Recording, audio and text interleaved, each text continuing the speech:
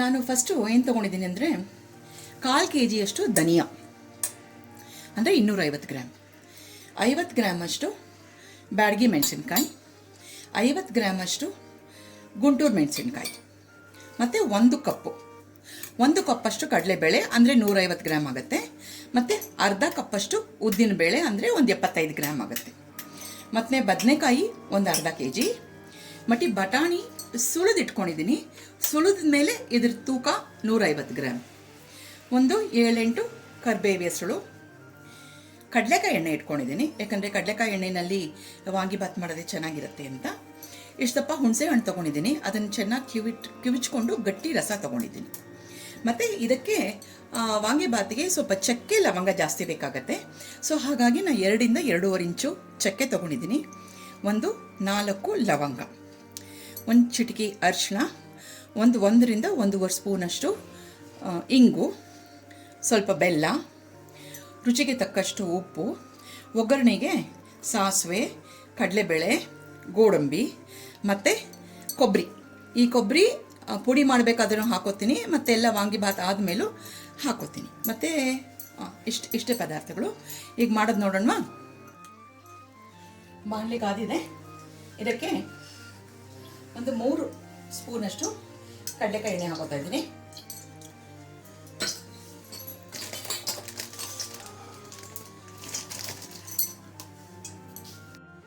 ಎಣ್ಣೆ ಕಾದಿದೆ. ಈಗ 50 ಗ್ರಾಮ್ ಬ್ಯಾಡಗಿ ಮೆಣಸಿನ್ಕಾಯಿ ಹಾಕೋತಾ ಇದ್ದೀನಿ. ಮೊದಲು ಮೆಣಸಿನ್ಕಾಯಿ ಹಾಕ್ಕೊಂಡ್ಬಿಟ್ರೆ ಒಳ್ಳೆಯದು, ಘಾಟು ಜಾಸ್ತಿ ಬರೋದಿಲ್ಲ.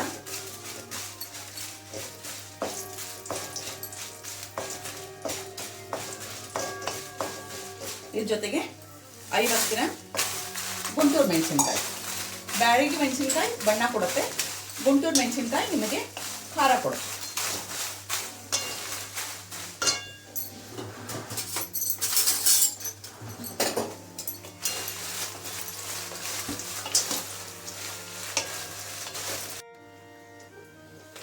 ಮೆಣಸಿನ್ಕಾಯಿ ಚೆನ್ನಾಗಿ ಹುರಿದಿದೆ, ಇದನ್ನು ಈಗ ಬೇರೆ ಬೇಸನ್ಗೆ ತೆಗೆದು ಹಾಕೊಂಡ್ಬಿಡ್ತಾ ಇದ್ದೀನಿ. ಈಗ ಇದೇ ಬಾಣಲೆಗೆ ಮತ್ತೆ ಎಣ್ಣೆ ಏನೂ ಹಾಕೋದಿಲ್ಲ. ಎಣ್ಣೆ ಹಾಕಿದ್ರೆ 1 ಕಪ್ಪಷ್ಟು ಕಡಲೆಬೇಳೆ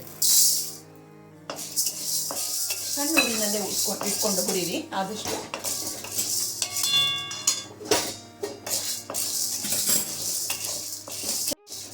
ಚೆನ್ನಾಗಿ ಒಳಗಿಂದ ಹುರಿಬೇಕು, ಅದಕ್ಕೋಸ್ಕರ ಸಣ್ಣ ಒಲೆಯಲ್ಲೇ ಇಟ್ಕೊಳ್ಳಿ, ಲೋ ಫ್ಲೇಮು.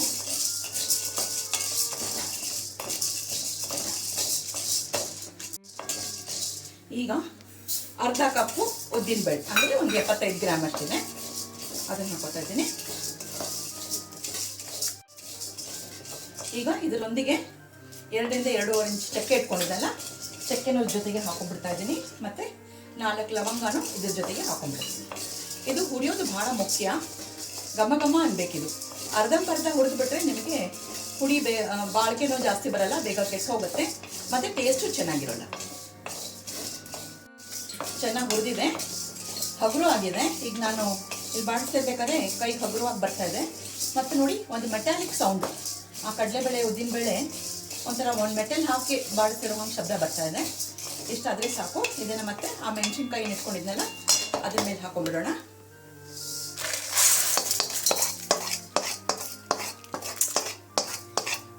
ಈಗ ಇದೇ ಬಾಣಲಿಗೆ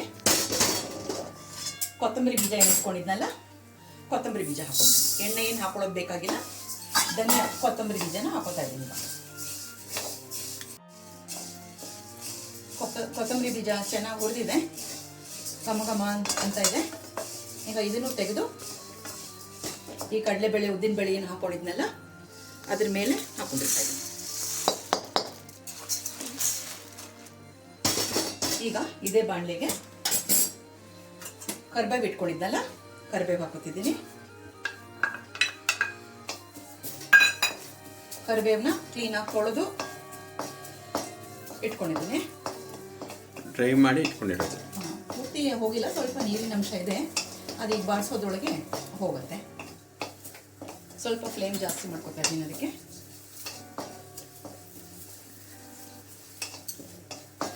ಇವಾಗ ಈ ಕರಿಬೇವು ಜೊತೆಗೆ ಇಂಗು ಮತ್ತೆ ಒಂದು ಚಿಟಿಕೆ ಅರಿಶಿನ ಹಾಕೊಂಡ್ಬಿಟ್ಟು ಇದನ್ನು ಬೇಗ ಬಾಣಲೆಗೆ ತೆಗೆದು ಹಾಕೊಂಡ್ಬಿಡ್ತೀವಿ.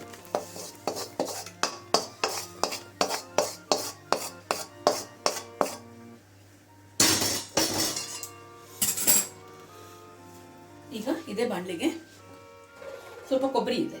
ಈ ಕೊಬ್ಬರಿನ ಬೆಚ್ಚಗೆ ಮಾಡ್ಕೊತೀನಿ ಅಷ್ಟೇ, ಜಾಸ್ತಿ ಏನು ಹುರಿಯೋದು ಬೇಕಾಗಿಲ್ಲ.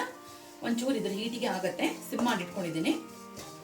ಗ್ಯಾಸ್ ಆಫ್ ಮಾಡಿಬಿಡ್ತೀನಿ. ಈಗ ಗ್ಯಾಸ್ ಆಫ್ ಮಾಡಿಬಿಟ್ಟು ಇದರಲ್ಲೇನು ಅದು ಅರಿಶಿನ ಮತ್ತು ಹಿಂಗೆಲ್ಲ ಅಂಟ್ಕೊಂಡಿದೆಯಲ್ಲ ಅದನ್ನೆಲ್ಲ ಈ ಕೊಬ್ಬರಿ ಹಾಕಿ ಎಲ್ಲ ತೊಗೊಂಡ್ಬಿಡೋಣ. ಹೀಗೆ ತೊಗೊಂಡ್ಬಿಟ್ಟು ಸ್ವಲ್ಪ ಈ ಹೀಟಿಗೆ ಕೊಬ್ಬರಿ ಏನು ಬೇಗ ಸ್ವಲ್ಪ ಕಲರ್ ಚೇಂಜ್ ಆಗಿ ಹೋಗುತ್ತೆ ಮಾಡಿಕೊಂಡು ಅದನ್ನು ಇದ್ರ ಜೊತೆಗೆ ಹಾಕ್ಬಿಟ್ಟು ಈ ಫುಲ್ ಮಿಶ್ರಣ ತಣ್ಣಗಾಗಬೇಕು. ತಣ್ಣಗಾದ್ಮೇಲೆ ತರ್ತರಿಯಾಗಿ ನಾವು ಮಿಕ್ಸರಲ್ಲಿ ರುಬ್ಕೋಬೇಕು. ಇದಾಗಿದೆ ಈ ಕೊಬ್ಬರಿನ ಇದಕ್ಕೆ ಬಗ್ಗಿಸ್ಕೊಂಡ್ಬಿಡ್ತೀನಿ. ಎಲ್ಲರೂ ಕೇಳ್ತಾ ಇದ್ರಿ ನನಗೆ ವಾಂಗಿಬಾತ್ ಪುಡಿ ಹೇಳ್ಕೊಡಿ ಅಂತ. ನೋಡಿ, ಇದು ಸಾಂಪ್ರದಾಯಿಕವಾಗಿ ಮಾಡುವಂಥ ವಾಂಗಿಬಾತ್ ಪುಡಿ ಆಯ್ತಾ. ಈಗ ಈ ಮಿಶ್ರಣ ಸ್ವಲ್ಪ ತಣ್ಣಗಾಗೋಗ್ಬಿಡೋಣ. ಈಗ ಮಿಶ್ರಣ ತಣ್ಣಗಾಗ್ತಾ ಇದೆ. ಅಷ್ಟರೊಳಗೆ ನಾವಿಲ್ಲಿ ಬದನೆಕಾಯಿ ಎಲ್ಲ ಒಗ್ಗರಣೆ ಕೊಟ್ಕೊಂಡ್ಬಿಟ್ಟು ರೆಡಿ ಮಾಡ್ಕೊಂಡ್ಬಿಡೋಣ. ಇದಕ್ಕೆ ಇವಾಗ 2 ಸ್ಪೂನ್ ಕಡಲೆಕಾಯಿ ಎಣ್ಣೆ ಹಾಕಿದ್ದೀನಿ ನಾನು. ಎಣ್ಣೆ ಕಾದಿದೆ. ಇದಕ್ಕೆ ಈಗ 1 ಟೀ ಸ್ಪೂನ್ ಅಷ್ಟು ಸಾಸಿವೆ ಚಿಟ್ಕೊಟ್ಬೇಕು.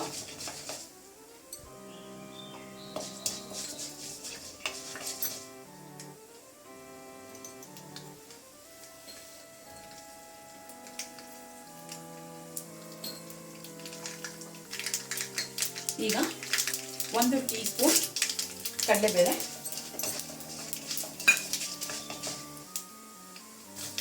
ಸ್ವಲ್ಪ ಕರಿಬೇವು,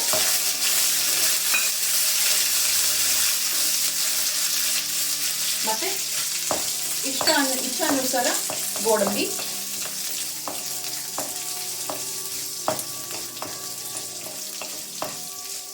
ಮತ್ತೆ ಬದನೆಕಾಯಿ ಕ್ಲೀನಾಗಿ ತೊಳೆದಿಟ್ಕೊಂಡು ಕಟ್ ಮಾಡಿದ್ಮೇಲೆ ಉಪ್ಪು ನೀರಲ್ಲಿ ಹಾಕಿಟ್ಕೊಂಡಿದ್ದೆ.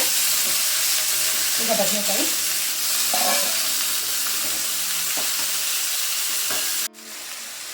ಇವಾಗ 1 ಕಪ್ಪಷ್ಟು ಬಟಾಣಿ, ಇದನ್ನು ಲೋ ಫ್ಲೇಮಲ್ಲೇ ಇಟ್ಕೊಂಡಿದ್ದೀನಿ. ಇದನ್ನು ಒಂದು 5 ನಿಮಿಷ ಮುಚ್ಚಿಡ್ತೀನಿ.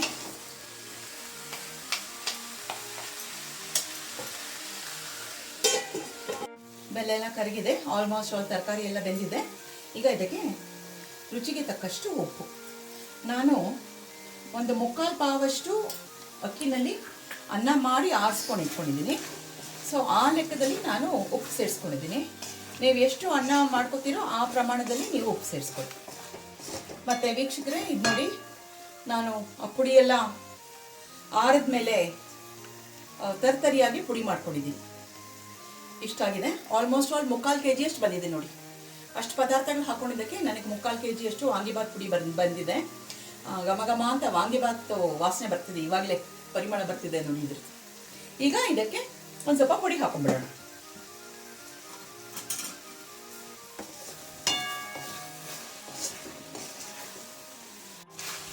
ಆಲ್ಮೋಸ್ಟ್ ಬದನೆಕಾಯಿ ಬಟಾಣಿ ಎಲ್ಲ ಬೆಂದಿದೆ. ಇವಾಗ ನಾನು ಇದಕ್ಕೆ ಹುಣಸೆ ಹಣ್ಣು ತುಚ್ಚಿಟ್ಕೊಂಡಿದ್ದೆ ಅಂತ ಹೇಳಿದ್ನಲ್ಲ, ಗಟ್ಟಿ ರಸ ತೊಗೊಂಡಿದ್ದೆ ಅಂತ ಹೇಳಿದ್ನಲ್ಲ, ಅದನ್ನು ಹಾಕೋತಾ ಇದ್ದೀನಿ. ಹುಣಸೆ ಹಣ್ಣಿನ ಗಟ್ಟಿ ರಸ, ಯಾಕಂದರೆ ವಾಂಗಿಬಾತಲ್ಲಿ ಒಂದು ಸ್ವಲ್ಪ ಹುಳಿ ಇದ್ರೆ ಚೆನ್ನಾಗಿರುತ್ತೆ. ಹುಳಿ ಹಾಕಿದ್ಮೇಲೆ ಒಂಚೂರು ಬೆಲ್ಲ ಹಾಕಬೇಕಾಗತ್ತೆ. ಹಾಗಾಗಿ ಬೆಲ್ಲ ಹಾಕ್ತಾ ಇದ್ದೀನಿ. ಬೆಲ್ಲ ಇಷ್ಟ ಆಗಲಾರ್ದವ್ರಿಗೆ ದಯವಿಟ್ಟು ನೀವು ಸ್ಕಿಪ್ ಮಾಡ್ಕೊಳ್ಳಿ. ಇದನ್ನು ಉಪಯೋಗಿಸ್ಕೊಳ್ಳೋದೇನು ಬೇಡ. ಈ ಬೆಲ್ಲ ಕರಗಬೇಕು. 1-2 ನಿಮಿಷ ಆಗುತ್ತೆ. ವೀಕ್ಷಕರೇ, ಈಗ ಇದಕ್ಕೆ ನಾನು ಈ ದೊಡ್ಡ ಸ್ಪೂನ್ ಇಟ್ಕೊಂಡಿದ್ದೀನಿ ನೋಡಿ. ಇದರೊಳಗೆ ಒಂದು 4-5 ಸ್ಪೂನ್, ಸ್ವಲ್ಪ ಸ್ಟ್ರಾಂಗ್ ಆಗಬೇಕು ಅಂತ ಹೇಳಿದ್ರೆ, ನಾನು ಬ್ಯಾಡಗಿ ಮತ್ತು ಗುಂಟೂರು ಸಮ ಪ್ರಮಾಣದಲ್ಲಿ ಇಟ್ಕೊಂಡಿರೋದ್ರಿಂದ ಈ ಕಲರ್ ಬಂದಿದೆ. ನಿಮಗೆ ಕೆಂಪು ಕಲರ್ ಜಾಸ್ತಿ ಬೇಕು ಅಂದರೆ ನೀವು ಬ್ಯಾಡಗಿ ಮೆಣಸಿನ್ಕಾಯಿ ಇನ್ನೊಂದು ಸ್ವಲ್ಪ ಜಾಸ್ತಿ ಹಾಕ್ಕೊಳ್ಳಿ. ಆವಾಗ ಇನ್ನೂ ಕಲರ್ ಬರುತ್ತೆ ನಿಮಗೆ. ಬಟ್ ಇದು ಅನ್ನ ಜೊತೆ ಕಲ್ಸ್ಮೇಲೆ ಕಲರ್ ಬಂದೇ ಬರುತ್ತೆ.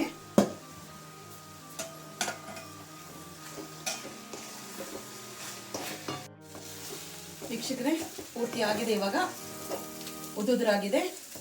ಈಗ ನಾನು ಅರ್ಧ ಪಾವ್ ಅನ್ನ ಮಾಡಿ ಆರಿಸಿಟ್ಕೊಂಡಿದ್ದೀನಿ ಅಂತ ಹೇಳಿದ್ನೆಲ್ಲ, ಎಷ್ಟು ಮಾಡಿ ಇಟ್ಕೊಂಡಿದ್ದೀನಿ.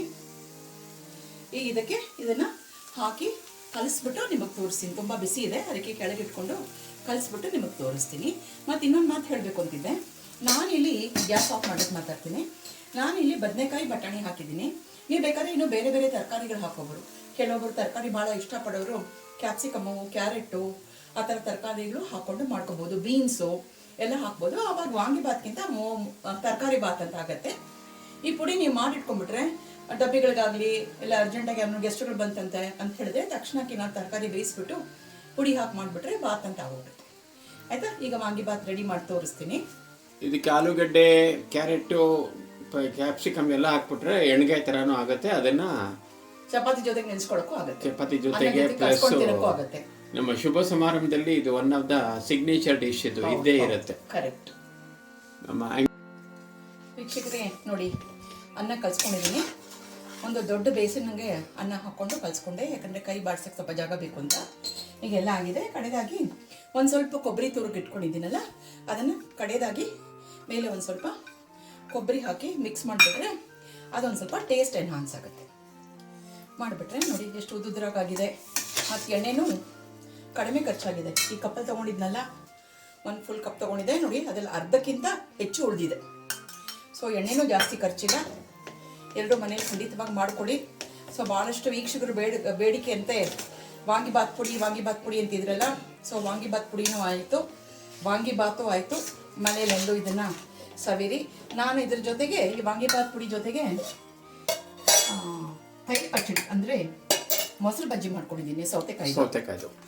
ಸೌತೆಕಾಯಿ ಸಣ್ಣಗೆ ಹಚ್ಕೊಂಡು ಅದಕ್ಕೆ ಗಟ್ಟಿ ಮೊಸರು ಹಾಕ್ಕೊಂಡು ಚೂರು ಉಪ್ಪು ಹಾಕ್ಕೊಂಡು ಕೊತ್ತಂಬರಿ ಸೊಪ್ಪು ಹಾಕಿ ಒಗ್ಗರಣೆ ಕೊಟ್ಟಿಟ್ಕೊಂಡಿದ್ದೀನಿ. ಸೊ ಈ ವಾಂಗಿಬಾತ್ ಜೊತೆಗೆ ಅದು ಒಳ್ಳೆ ಕಾಂಬಿನೇಷನು.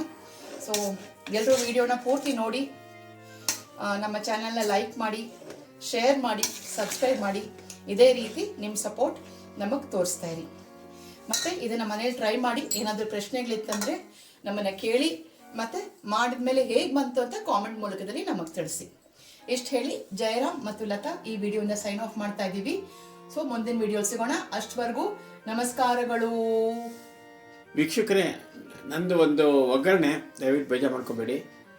ಇವಾಗ ಇದು ಪುಡಿ ರೆಡಿ ಆಗಿಬಿಟ್ಟಿದ್ರೆ ನಮಗೆ ಸ್ವಲ್ಪ ಪುಡಿ ಮಾಡಿಕೊಂಡು ಎಲ್ಲ ಮಾಡೋದಕ್ಕೆ ಟೈಮ್ ಆಯಿತು. ಪುಡಿ ರೆಡಿ ಆಗಿಬಿಟ್ಟಿದ್ರೆ ನಿಮಗೆ ಅದು ಬದನೆಕಾಯ್ದು ಆ ಪಲ್ಯ ಮಾಡೋದು ಅಷ್ಟೇ ನಿಮಗೆ ಟೈಮ್ ಆಗೋದು. ಮೇ ಬಿ 20-25 ಮಿನಿಟ್ಸಲ್ಲಿ ನಿಮಗೆ ಇದು ವಾಂಗಿಬಾತ್ ರೆಡಿ ಆಗುತ್ತೆ. ಡಬ್ಬಿಗಳಿಗೆ ಬಹಳ ಅನುಕೂಲವಾಗಿ ತೊಗೊಂಡು ಹೋಗ್ಬೋದು. ಇದನ್ನು ಫಿಲ್ಲಿಂಗ್ ಆಗಿರುತ್ತೆ, ಹೆಲ್ದಿಯಾಗೂ ಇರುತ್ತೆ. ನಮ್ಮ ಚಾನಲ್ ನೋಡ್ತಾ ಇರಿ, ಸಪೋರ್ಟ್ ಮಾಡಿ. Thank you. ನಮಸ್ಕಾರ.